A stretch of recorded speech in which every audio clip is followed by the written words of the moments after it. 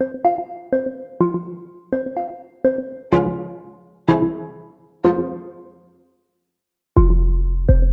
a boy, it was love at first sight.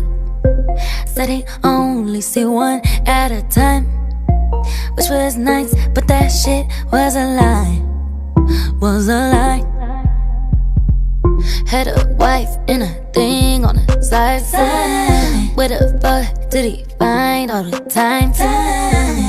When he was sleeping in mine, where did he find all the time? Now what was I supposed to do? He had it coming, he had it coming.